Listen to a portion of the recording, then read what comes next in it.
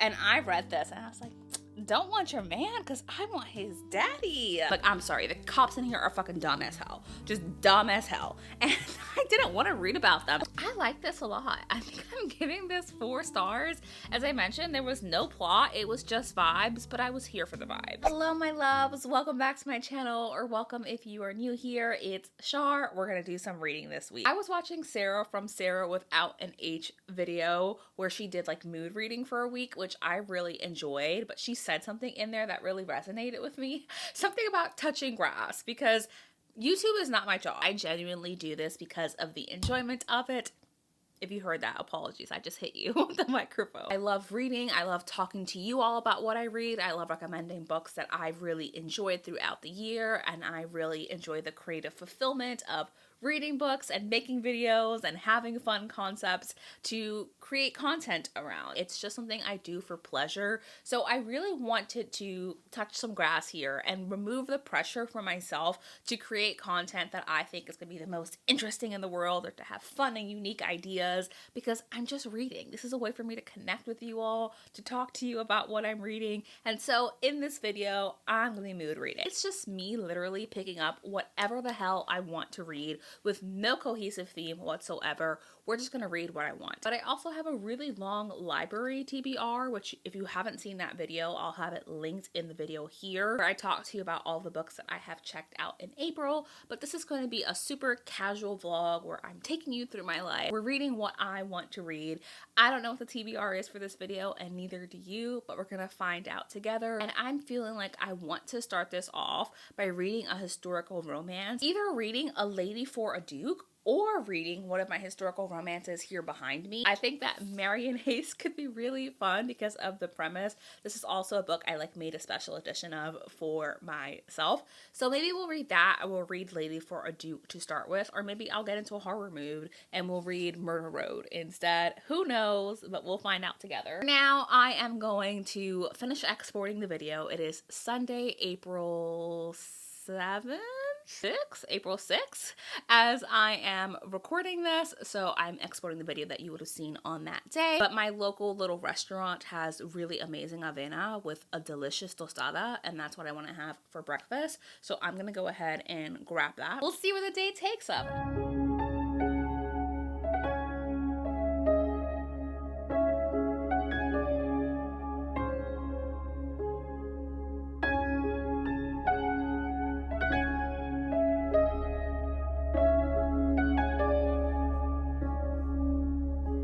Why am I reading from the point of view of a cop? Please, God, no.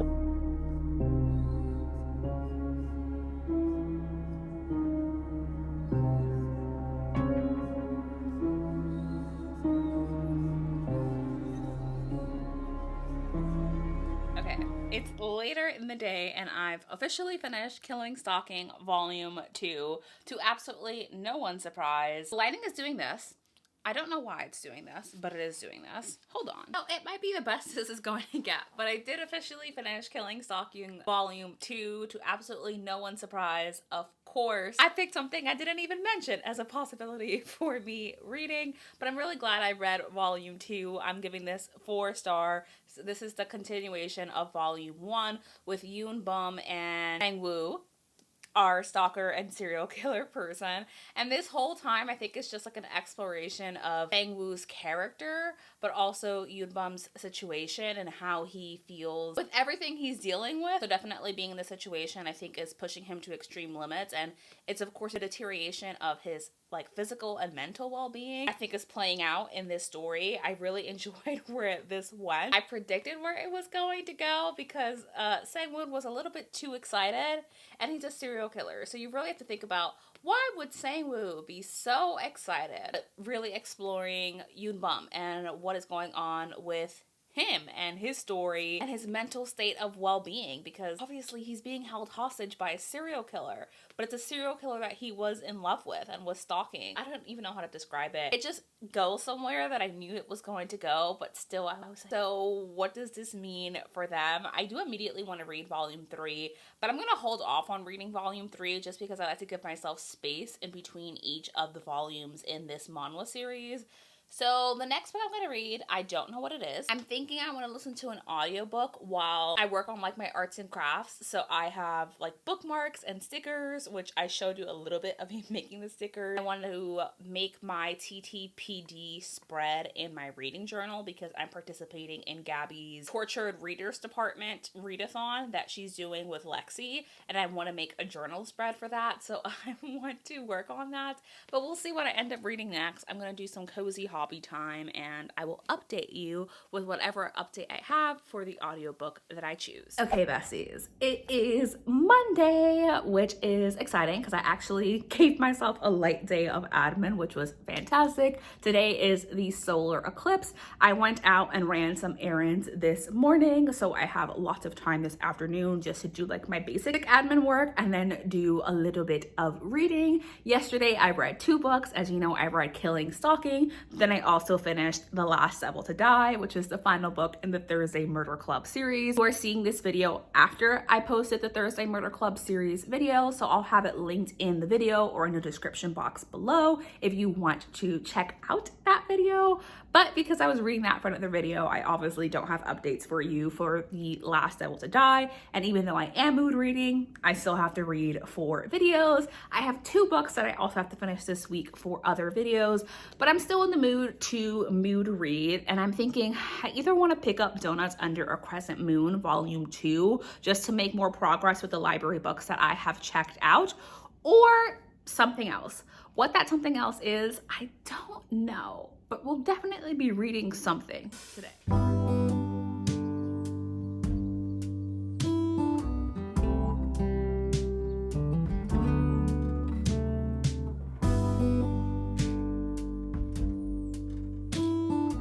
Wondering why the hell I'm wearing Christmas pajamas in the middle of April?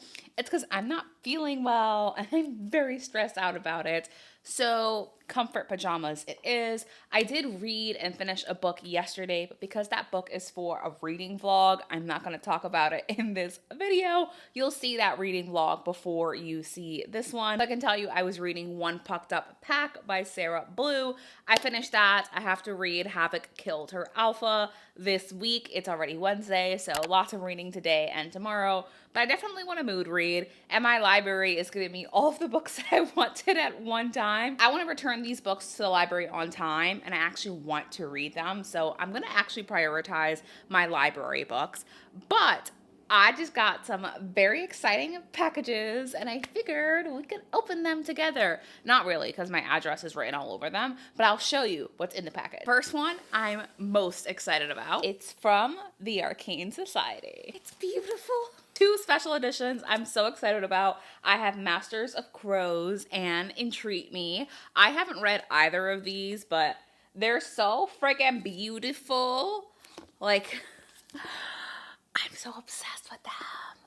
And I have Grace Raven here on like my top favorite shelves. She wrote Radiance, which is like one of my favorite duologies ever. And Entreat Me is a book club pick, so I will definitely be reading that in this video. This other one I'm less excited for because book of the month, and quite honestly, I would have skipped it, but I forgot, so they charged me anyway, and I didn't like the selections, so I picked like the best according to descriptions on there. In hindsight, I definitely would have picked The Husbands, but the blurb on Book of the Month for The Husbands was really shitty. But now that I know the actual summary of it, I'm like, what was that crappy blurb? Because I would have picked The Husbands had it actually, you know, sounded good. But I picked up How to End a Love Story, again, because I was charged and I wanted to cancel. And if I wanted to cancel, I had to use the credit that I was charged for. So I have How to End a Love Story. I don't know what this is about at all, but she's pretty. And I've heard that this is actually very dark, so I hope that I love this one. Okay, my loves, it's Friday, but I did start A Lady for a Duke by Alexis Hall. Loving it. I'm like 50% of the way through. I did not realize how long this book is. It's very angsty, but it's friends to lovers. And it's friends to lovers in such a unique and interesting way. And I'm really, really enjoying this and all of the character dynamics.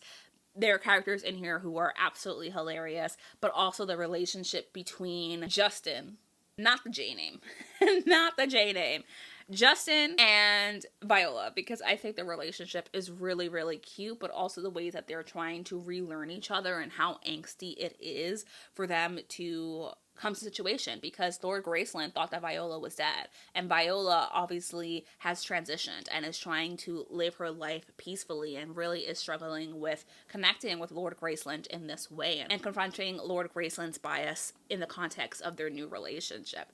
Loving it so much. I don't know where it's going because I'm 50% of the way through and they're just now like getting into a relationship, which feels a little bit early for the relationship. So I'll let you know my final thoughts. But I also want to say, I have a book club this weekend, Riley's book club, where we're reading Entreat Me. Have I read Entreat Me? No. I'm pretty sure the book club is like tomorrow. So I need to read Entreat Me. So I'm going to work on that, and I'm going to see you with my update for whatever I end up reading. Probably both, quite honestly, but I really need to start Entreat Me. Like, no joke. I need to get to that. Hello, friends. It's Sunday. I'm growing my bangs out, and before you ask, no, I actually can't see because they do this. So we're going to pretend that they're not doing that. And I want to tell you that I did make progress with Riley's book club pick. My gosh, this is so distracting. With Entreat Me, and Entreat Me is a Beauty and the Beast kind of retelling, except that there is a father-son duo, and they're like courting sisters. The main couple is this one here, which is the father and the older sister who's a widow. And I read this and I was like, don't want your man because I want his daddy. I'm loving this so much, but I'm not surprised. I literally adore Grace Raven. So it's no surprise at all that this is working for me. I'm loving their dynamics. I'm loving their banter. And I think that my girl here, she has hella powers. Like, I just know it.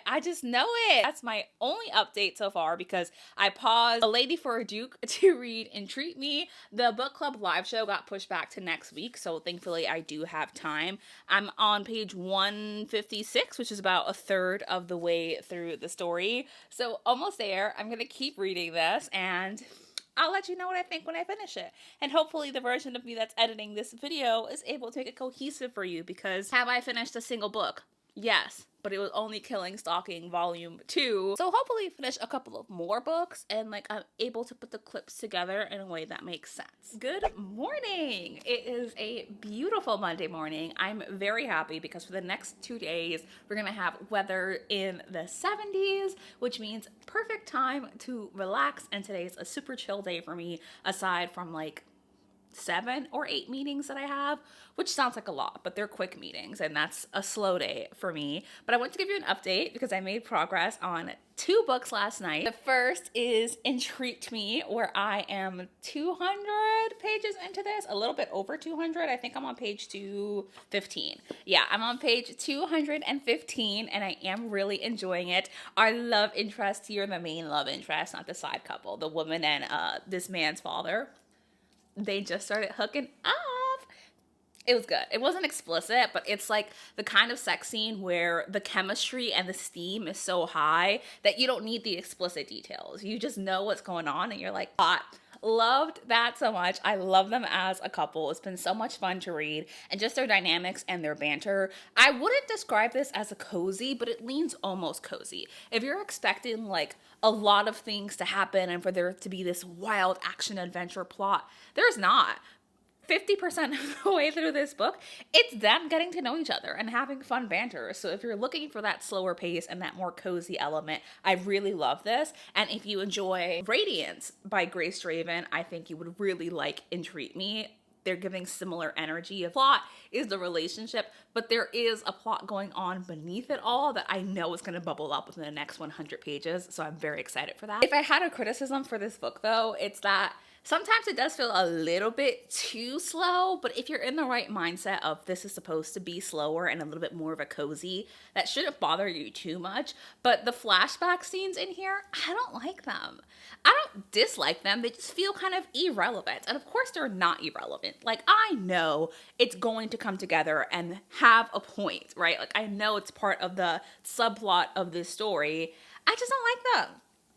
Get back to them. Get back to this couple. I don't want to hear about him and his ex-wife. It doesn't sound like fun, good times. Also, the chapters in here are very, very long. And I will disclaim and say that I have a special edition of this book, which has pretty big font, which I appreciate because you know what? A girl cannot fucking see. Pretty big font and lots of spacing. So my book is 460 pages, but the actual Entreat Me book, I think it's over just a little bit over 350. So it may be that's making the chapters feel longer, but these chapters go on for 30 pages and that can make the story feel slower than it is. But I am loving this so much. I can't wait to finish it, but I'm not rushing through it. I want to take my time, especially because the live show isn't until the weekend. So I do have plenty of time to go ahead and finish this book. The second book I made progress with is Murder Road by Simone St. James. This is my library book that's due this week, and I am very happy because I am actually making progress with this. I am officially just under 50%. I'm at page 107, which is here. So I'm pretty close to the 50% mark. And I am really enjoying this. It's very readable and super, super quick to read. I'm reading at my normal pace, but because of the pace of the story and just the way the story is formatted, you fly through it. I've read something 70 pages within 40 minutes, which is pretty quick for me. So it's very, very easy to read. And the parts of this that was annoying me was the detectives and the cops because they're just stupid. I'm sorry, the cops in here are fucking dumb as hell. Just dumb as hell. And I didn't want to read about them because not only are they dumb as hell, they're on a power trip and very much violating so many of these people's rights because they can, which is disgusting. Disgusting.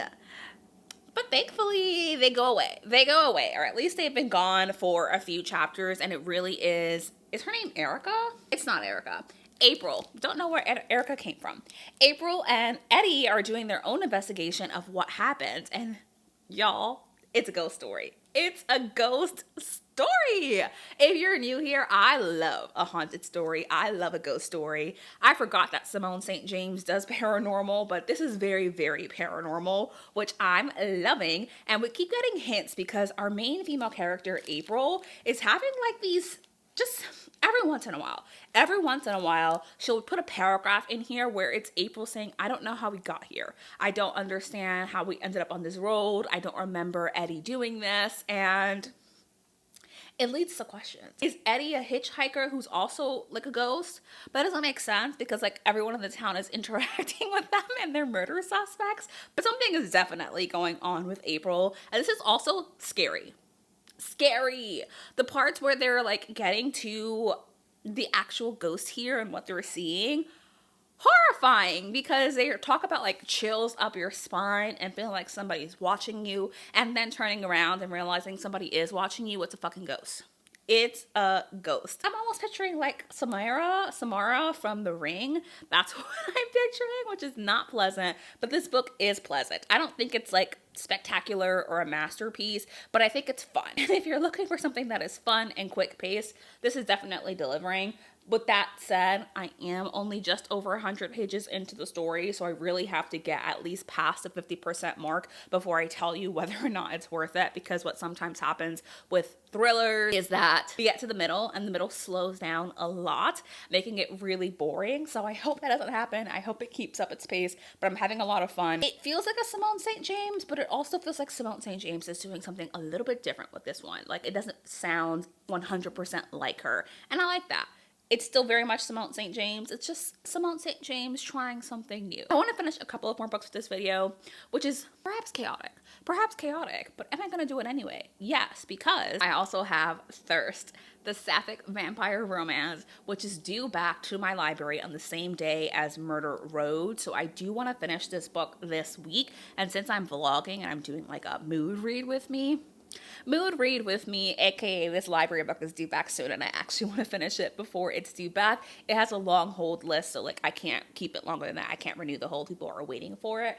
And it's pretty short, honestly, so I don't think it will take me a long time to read this. So I will start this, but the stipulation here to kind of quell some of my chaos is that I won't start reading this until I finish at least either Entreat Me or Murder Road, so that way I don't start 3 books and be in the middle of them throughout this video.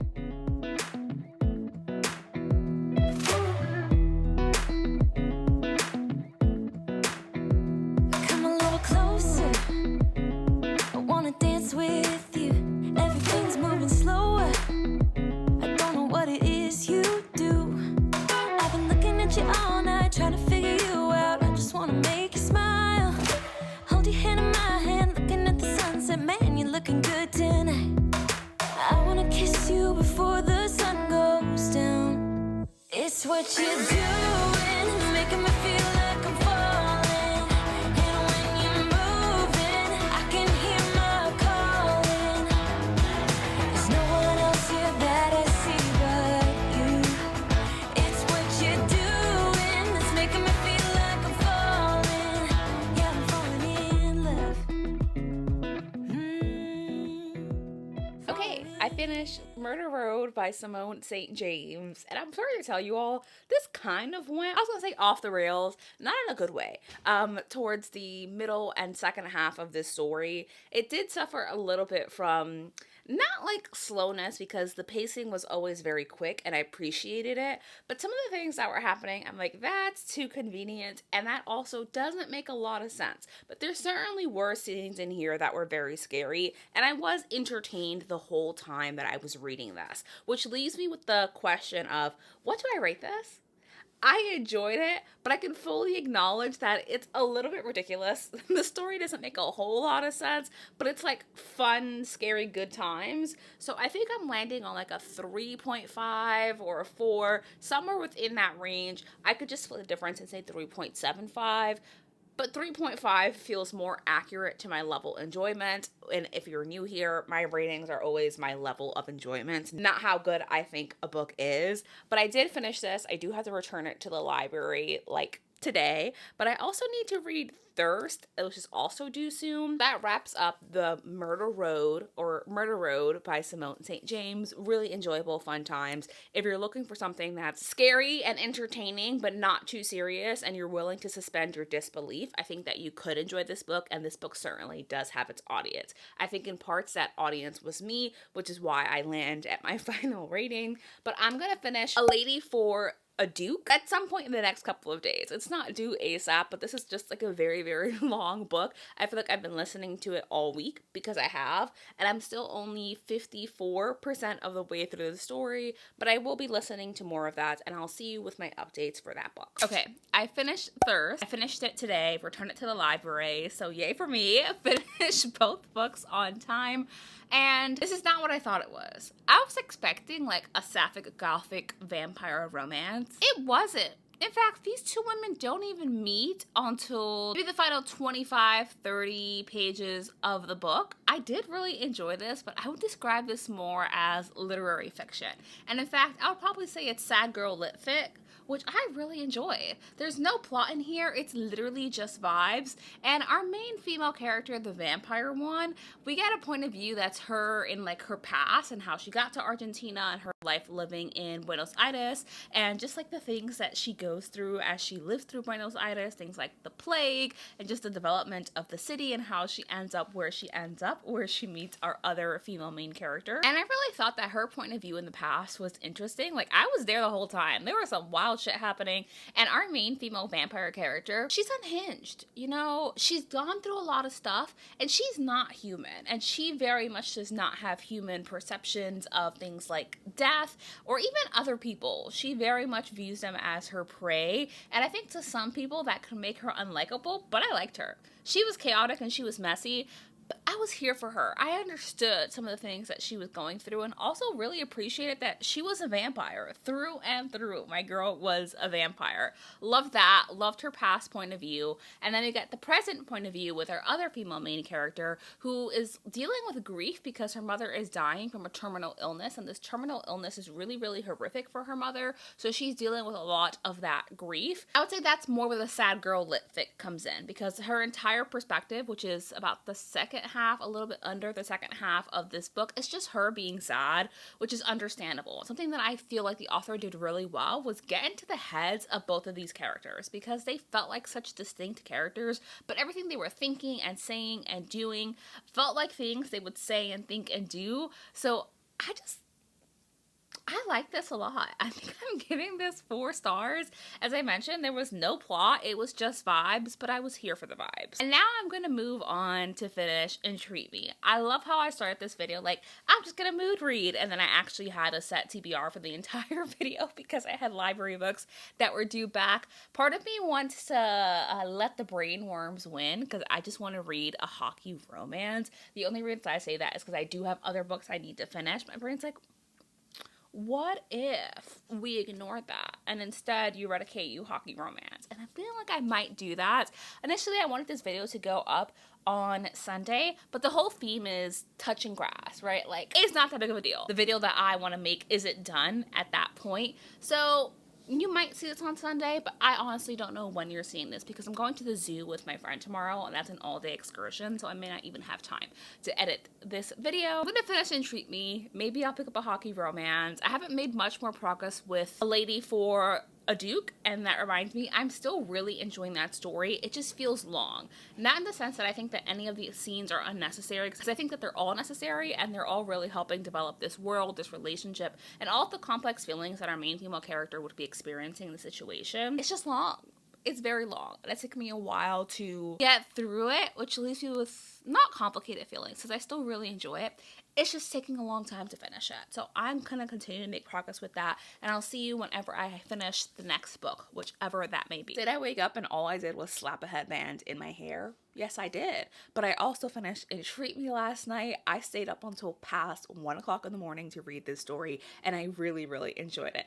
Much like Grace Draven's other books that I've read, these two characters, I firmly believe that they are soulmates. They're such a great match, and Grace Draven does relationship development really, really well. I don't know how she does it, but she's one of the few writers who can make me feel like the characters in the story are soulmates and not just people who are good together for the sake of the story. I genuinely think they are such a great match, and I really enjoyed the unique spin on this Beauty and the Beast retelling. The story that we're following is the story of Gavin's father, this man, and Leuven, who is Sinia's sister, and he is also cursed to be a beast.